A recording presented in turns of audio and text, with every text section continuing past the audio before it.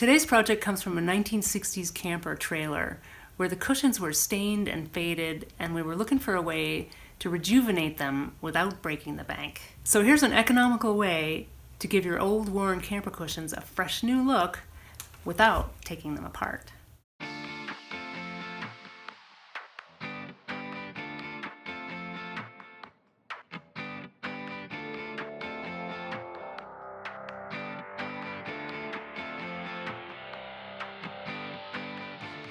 For this demonstration, we're using a vinyl cushion with a fabric top, and we're just replacing the fabric. We'll look at pinning, keeping your edges straight and square, and finishing with an invisible stitch using a curved needle. Since the old cushion remains intact in this method, you'll want to clean your existing fabric as best you can. Next, cut your new fabric about 1 inch bigger all the way around than your original cushion. If your fabric has a pattern, make sure it's straight and line it up along that first long edge, turning it under in preparation to pin.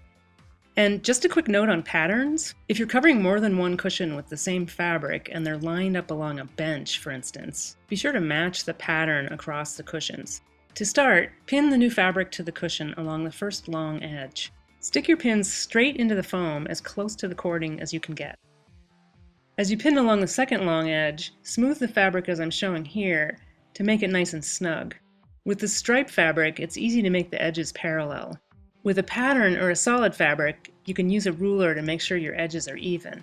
I tack pinned this edge first and then went back and turned it under. Pinning close to the edge here helps prevent the original fabric from showing through when you finally stitch it.